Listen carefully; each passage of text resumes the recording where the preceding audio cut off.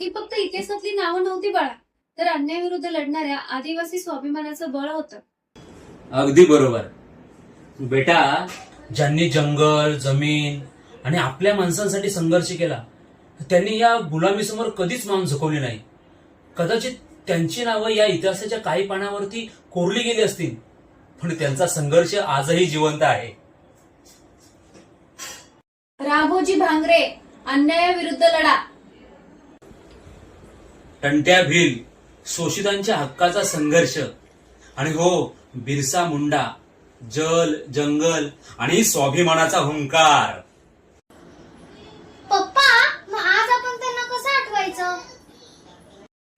फक्त फोटोला हार घालून नाही, तर त्यांचा इतिहास पुढच्या पिढीला सांगून.